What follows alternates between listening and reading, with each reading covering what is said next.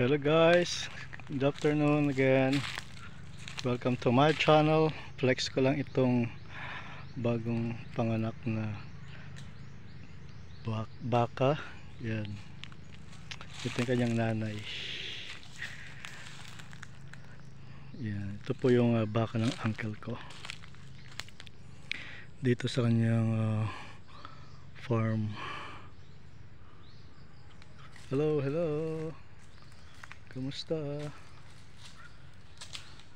Ayan. Mabait naman sila.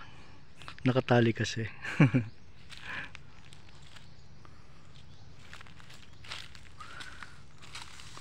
So yan, binibigyan lang siya ng mga dahon. Konti kasi ang dahon ngayon, mainit ang panahon.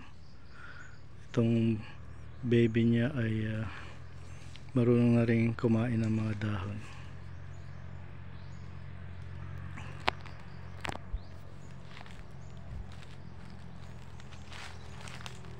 Okay guys, thank you for watching. Please do watch my YouTube channel also, Addis Gara Vlog. Thank you guys.